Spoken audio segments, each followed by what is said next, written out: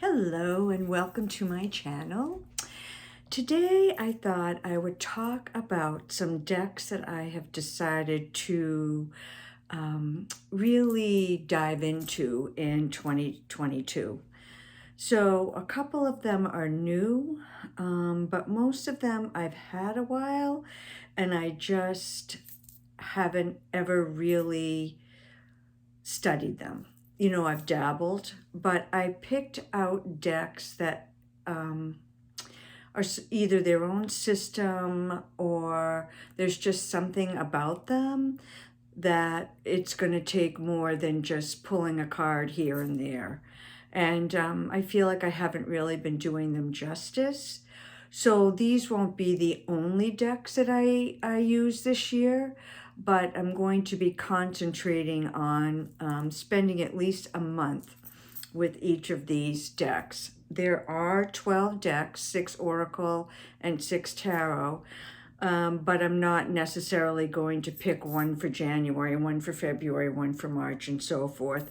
I'm not 100% sure how I'm exactly going to do that yet. That will unfold as the year unfolds. But let me begin. So for January, I've already started. It's January 24th. So yeah, I'm well into this one. And it is the Star Tarot by Kathy McClellan. And I think this is an example of a deck that the creator spent time creating. You know, it wasn't just wham bam, let's do a deck and publish it and see if we can make some money. I mean, people got to make money, and there's worse ways to make money than publishing a tarot deck, so I'm not criticizing people that do that. I think we all need to be discerning in our deck choices, and I've certainly bought a few that I'm thinking, why did I buy this one? But the Star Tarot is not one of those. I really like it a lot. It has, this is the second edition. So there's the King of Wands, Six of Cups. I wish that I had pulled out the Fool because, here it is. You can really see the Thoth influence in this card. And the author, there are some that look pretty Rider-Waite-Smithish, but there is definitely a Thoth influence in this deck as well. The guidebook is great, and I have really tried to, any card that I pulled this month, I read the guidebook. When January's done, I don't feel like I'm going to be done with this deck. There's still more to go, but I feel like at least I did, start my deep dive or my study of the Star Tarot. And I ended up halfway through the month pairing it. When I pulled, I was pairing it with Connected and Free Oracle, which I like quite a bit, and they really looked lovely together. So this deck is the other deck I picked to work with in January, and it is the Threads of Fate Shadow Edition. And this deck was on my wish list for quite a while. It's pricey, and so I wanted to make sure about it before I bought it. It's an indie deck, and the two women who created it, Blair Porter and Britt June, have a number of decks. In fact, they have a number of editions of this Oracle deck. This one is the Shadow Edition, but they have other editions. The quality of this production is incredible. They have this beautiful kind of coppery edging, and it's the kind that doesn't come off on your hands. The cards are beautiful. It's got a rose petal finish. It shuffles beautifully. So I just wanted to take a look at these two cards. So this is compassion and destruction, just to show you that there's, you know, kind of more positive and challenging cards. There are 5 suits. So this is from the suit of water. This is from the suit of fire. There's the suit of earth and air, of course. And then there's also the suit of ether or spirit. And the 4 suits, air, fire, water, and earth. Let me just see if I can open. I was going to do the compassion because I did pull that one earlier this month. So here it is, compassion. Each card has 2 pages, and the suits of air, fire, water, and earth will have a little blurb about the card itself and in this case compassion. But then they also have an animal, a plant, and a mineral to go with the card. So for compassion we had deer, bleeding heart, and pink calcite. So for the cards where I could, I would go to other decks and pull out deer, pull out bleeding heart, and I did have pink calcite, you know, a piece of pink calcite. So I put those out with the cards. And that's kind of how I've been diving into this deck. Again, is a month long enough? No. So I will be spending further time with this deck as well. But at least I feel like I started to get to know the deck and its system. It's a gorgeous deck, and after spending time with it this month, I feel like it was money well spent, and I'm happy to continue to work with it. So let's see. So next up, in December, I don't even know how, but I came across this book. I have things piled up everywhere, as you can well imagine. The She by John Matthews. It's like a 120-page book, so it's a pretty quick read. And I have never been called to work with the She, or I've seen people posting tarot and oracle decks that have to do with the She, and they just never called to me. But somehow, and I cannot remember now what it was, but something called to me at the beginning of December. So I got this book and I read it, and I thought, gee, you know what? Maybe I should see if there's an oracle deck. And so I found this one, Card Deck of the She. This is the book that goes along with it, by David Spangler, and Jeremy Berg is the artist. And it's a nice chunky 250-page book. And the cards, I think, are lovely.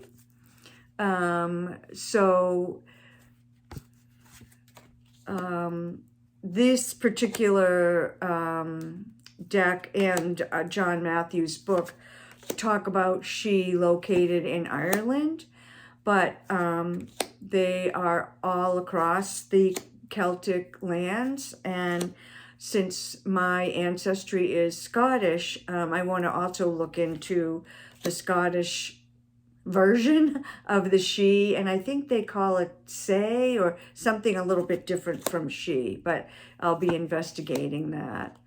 I think these cards are lovely. You can see the standing stones on this outer circle. It's really fascinating. So I'm partway through the book. I have not started to use the deck yet because I'm working with the Star and the Threads of Fate for January. I'm thinking this one will be March. It just has sort of a springy feel to it. So I'm thinking that's when I'll start working with that deck. And then I did also get the Tarot of the She. And I've been watching people post with this deck forever. And like I said, I found it interesting, but I just was never called to work with it or to buy it. So here's the great glyph of the she, which John Matthews describes in his book. And this, you can see, here we see, one thing about the oracle is there are no representations of the she themselves. David Spangler and Jeremy Bird said that the she asked them not to portray them in that deck. So again, I think the colors are beautiful. The artwork is lovely. This is Emily Carding. And I'm really looking forward to it. I have not, you can see the cards are in order. I haven't done anything but look through them a few times. The suits are different. The suits are there's the dreamer, the warrior, the dancers, and the maker. So the suits are different names. The guidebook is, not bad. It's 96 pages, but let me tell you, the font is teensy weensy for these old eyes. So I may have to buy new glasses to work with this deck. But anyway, I'm looking forward to it. And I think that I'm probably going to work with these two decks at the same time. At least that's my plan. It may or may not work out well, but we shall see. So those are two decks that are new to me. I just bought them in December. So let's see. This is the next up. This is another oracle. It's the Journey Oracle by Kelly Fitzgerald, who's The Truth and Story. And these are, Kelly has done the artwork for this and devised the system. And it came in this nice little bag with a little, she also does this, well, not the deck, but the symbols in these little tokens. But I decided I'd rather have the cards than the tokens.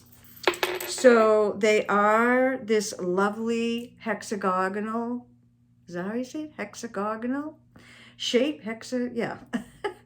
And the artwork is lovely. Kelly did a beautiful job. This is the only deck that I have by Kelly. Definitely nature-based. And I have used it a few times, but I have never really taken a deep dive into it. So I'm thinking there's something about this one that's making me feel like I'll use it in summer. But again, I have not finalized my plans on these decks. But this is a system that you kind of have to learn. It's not just pull, I mean, you could just pull a card and say, oh, I got will. Confidence is the key word for will. Beautiful colors that go well with that. It has directions, it has seasons, it has all different things. So the guidebook is, it has upper world, middle world, lower world. So it has a lot of different kind of shamanistic aspects to it. Waxing moon, waning moon, full moon, and so forth. So really looking forward to working with this one and learning about this system. As I said, I have pulled a few times from this one. I think there's a plant card, an animal card, and a crystal card. And for that, you have this 20-sided die, and you can just roll it and pull an animal deck or a plant deck or a crystal deck, and whatever number comes up, that's the card you pull to go with that. I suppose you could just, cut the cards and and see what you get. But I thought that was kind of a clever idea on Kelly's part. All right, next up is another deck that I've had for a while. This is the Numinous Tarot. And this is I think the first edition, first printing. And so this is Cedar McLeod. And I really like this deck, and I have pulled from it a few times, but I have never spent any length of time with it.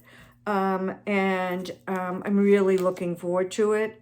It's a really unique deck. It's beyond inclusive. I mean, I love it. It's got all different kinds of folks,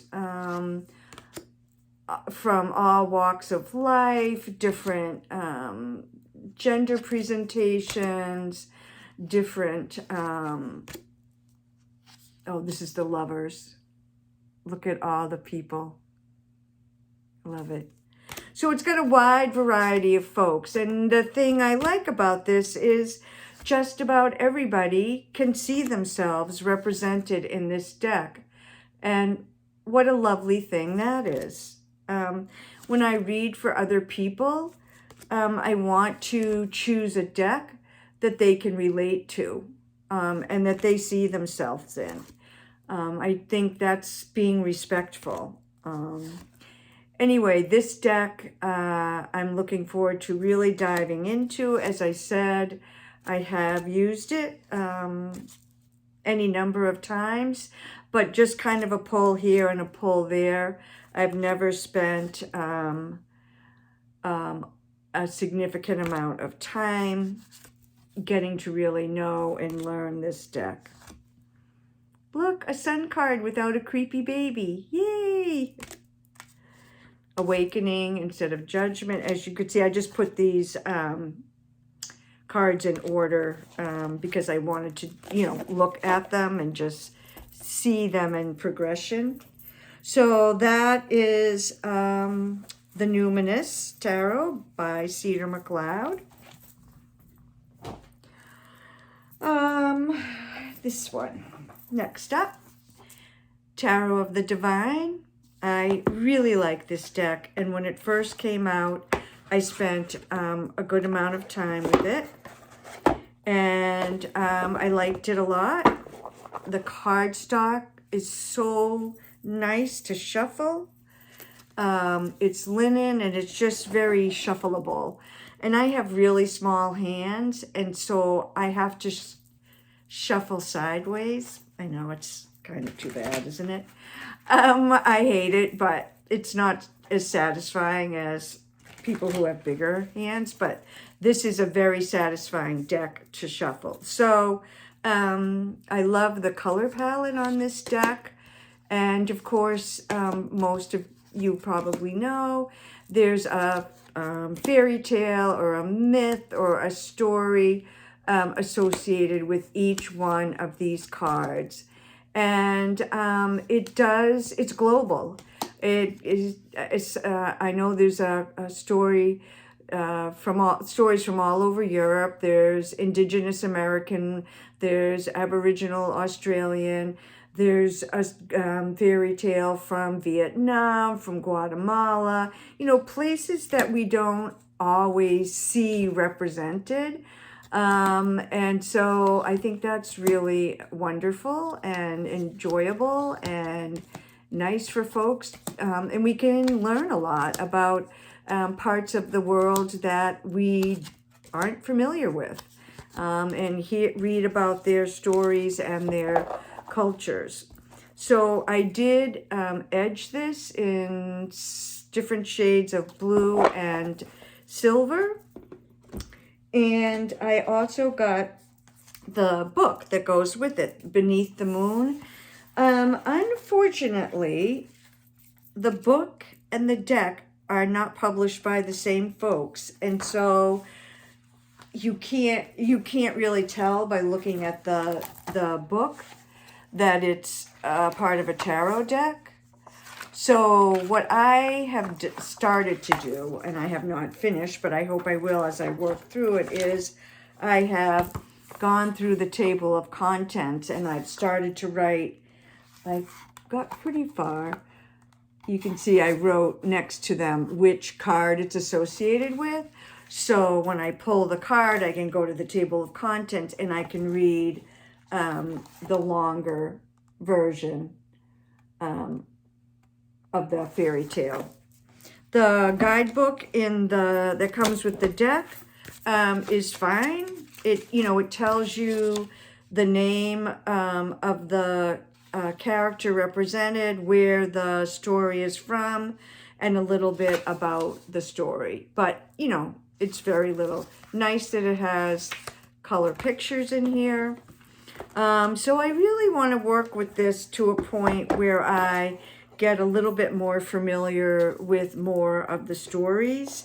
And so I figure I'll pull a card or two every day. Maybe I'll do morning and night, and then I'll look at the card, leave it out on my altar, and then I'll read the story in the bigger book.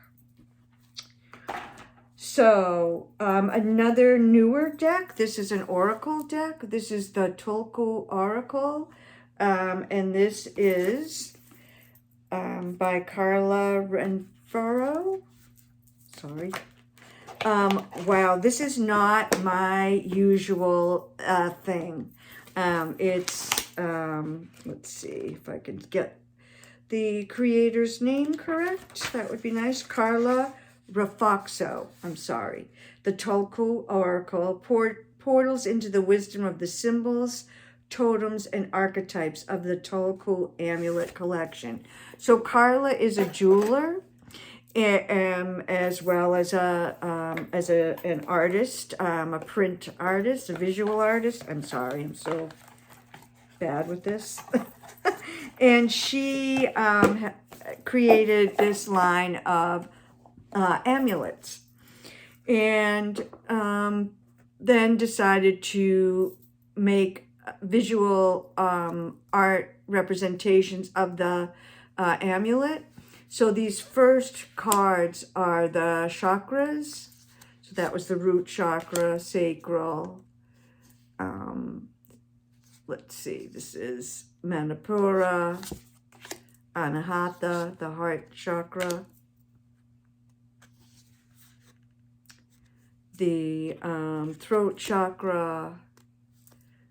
Oh my God, look at this. Look at the colors on this. So this is the third eye. And if you really look closely, so like there's the symbol for the third eye chakra with the two petals and the triangle. It's just incredible. Here's the crown chakra. So this art style is a little bit more abstract than I normally am attracted to for tarot and oracle anyway. You can see in this one and the next one, we can see animals clearly represented. This is Shiva Shakti. So there's a lot. Here's Ganesh, who is my deity of 2022. So there's a lot going on in this deck, and I know that I'm going to learn a lot. The cards are gorgeous. I have not even, they're still in order. I haven't even shuffled them. The guidebook is really meaty. There's 250 pages in it. And so in the cards, I just flipped open. So card number 30, Honeybee, Sweetness am I, Healing am I, Harmonizing am I, Element Earth, Giving and Service, Fertility and Generosity. And then it has a little poem, a couple lines from a poem. And then it talks about the honeybee, and then it talks about the oracle meaning, and then it goes into reversed and teaching. So there's 4 pages or more on each of these cards. So again, spending a month with this will just be a beginning, but I figure I got to start somewhere with these decks, and that's what I'm doing. So this is a new one, and as I said, I haven't even shuffled it. I have not drawn one card, and I think this is going to be a summer deck for me. Those bright colors really make me think of July and August and that expansive, bright time of year. So another tarot deck that I want to spend some time with is Delta Enduring. I love this deck. I've had it for years. I hardly ever pull from it. I have a couple of cards in here that I adore that are like, oh, and they're right on the top. Yes, my 3 favorite cards in this deck. So the Justice card. I hope you can see that. I'm sorry for the... all these women together, supporting each other. Women, let's do that. Holding hands in a line and supporting each other. The Hierophant, I love this Hierophant. Can you see it? So on the, he's two-faced. The first face as he's looking at the congregation, oh, I am preaching the word of God and Jesus. But look what he's really interested in, more than that, the collection plate. Really good. And then this one is the Devil. And you can see this young man walking down the street looking over his shoulder. So this is, as the name implies, representative of Southern United States culture. We have cast iron as a suit. Oh gosh, I love this. Oysters as a suit. That's the water. Let's see if I can. This is so... this just really makes you feel. Moths for air.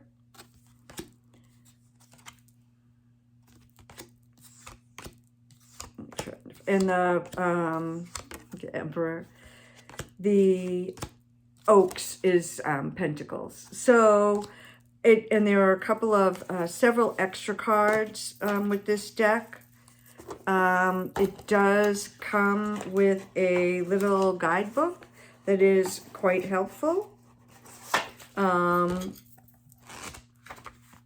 It's got 150 pages, so each card has, you know, a page or so. So I'm looking forward to diving in. As I said, I've had this deck for years, but I've never done a real deep dive into it.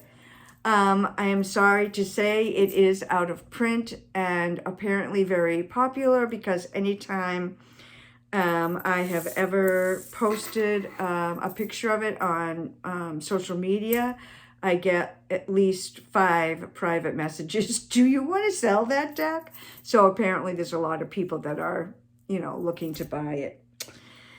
Anyway, next up is, I'll do this oracle.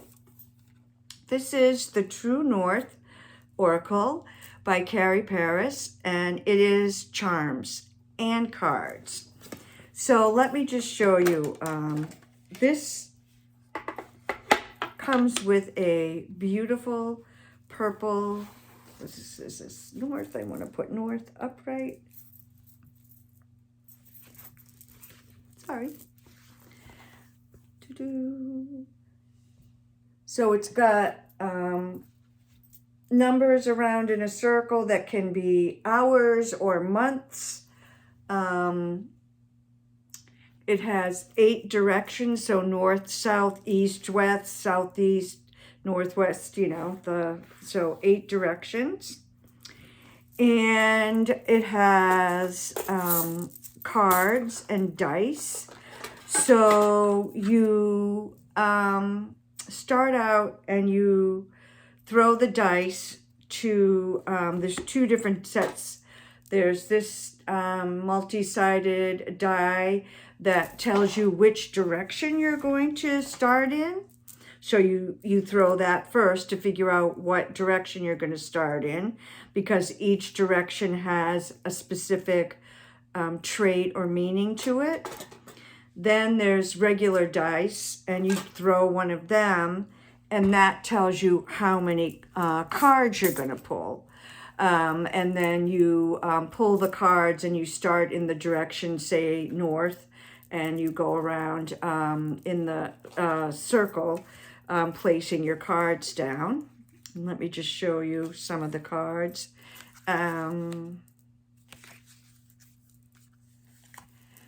This wants to be acknowledged. This requires determination. What do I really want?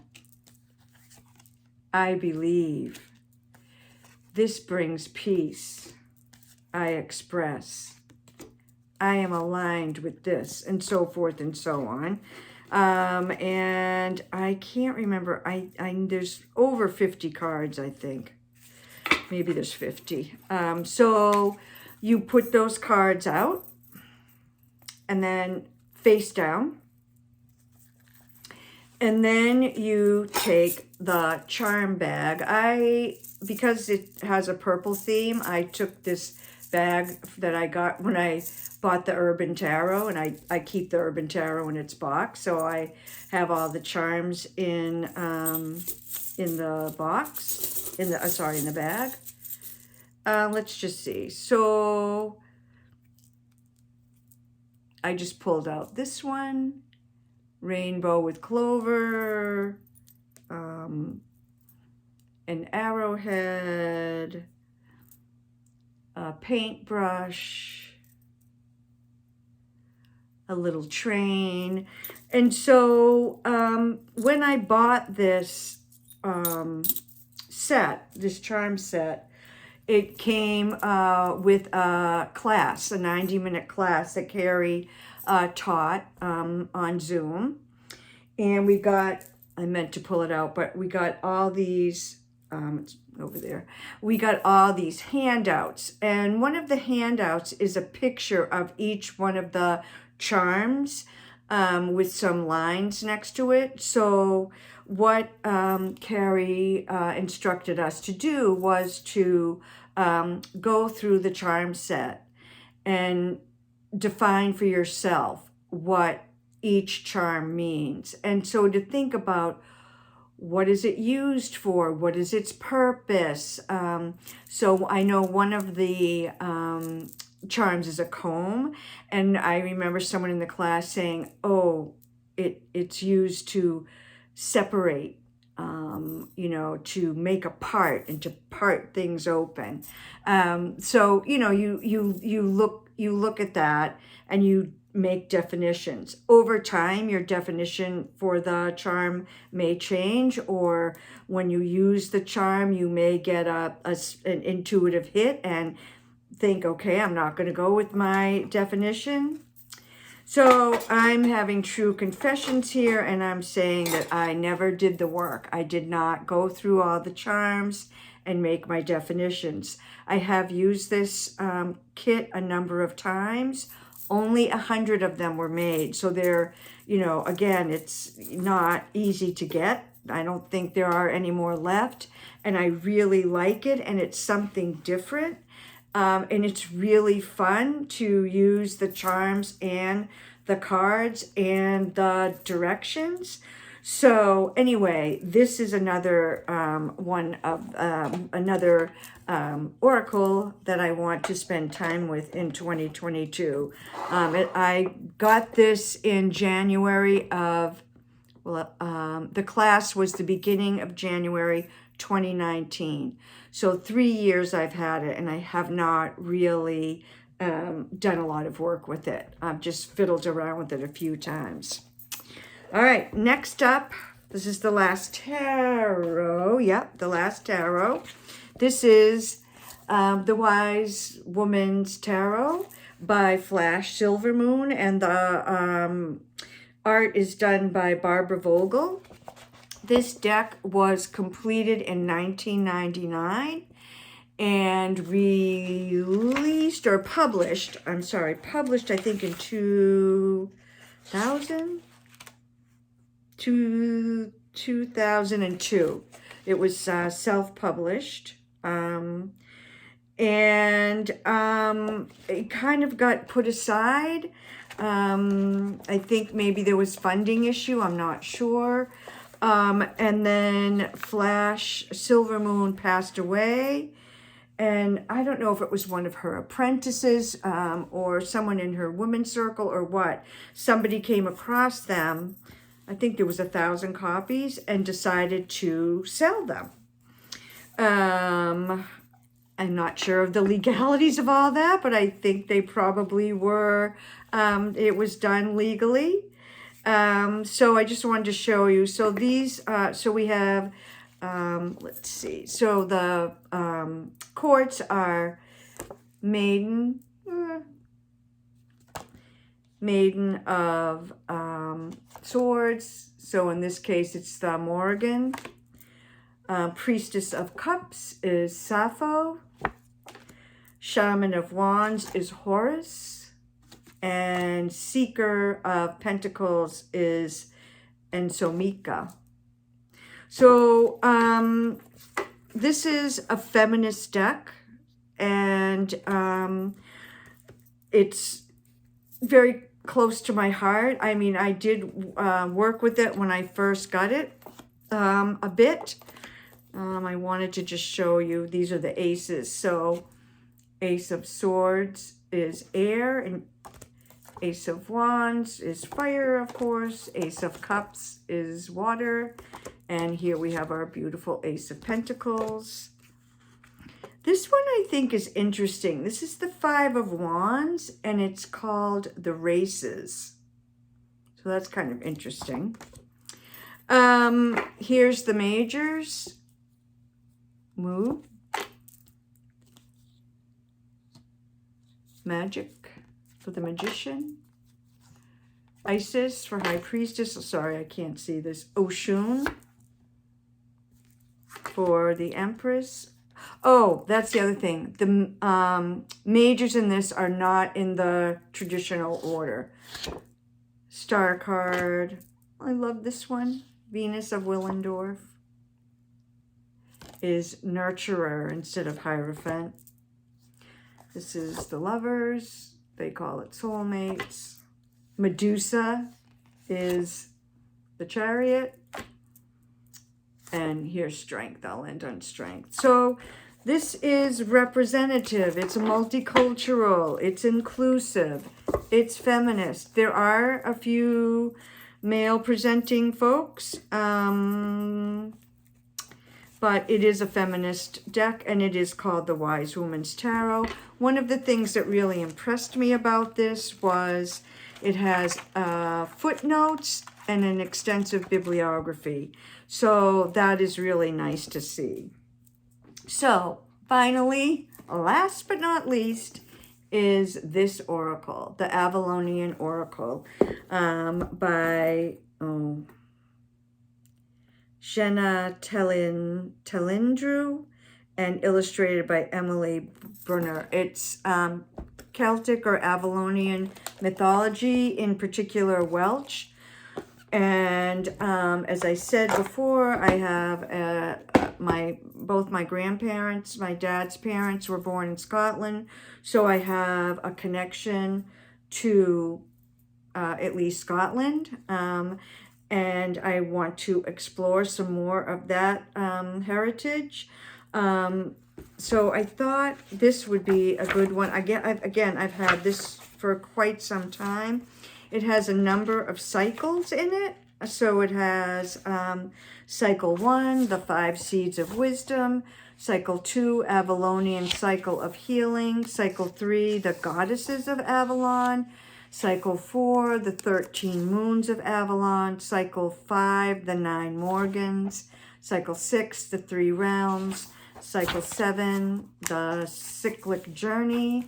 and so forth. The moon card, so let me just show you some of the goddesses. So this is Bloodwood.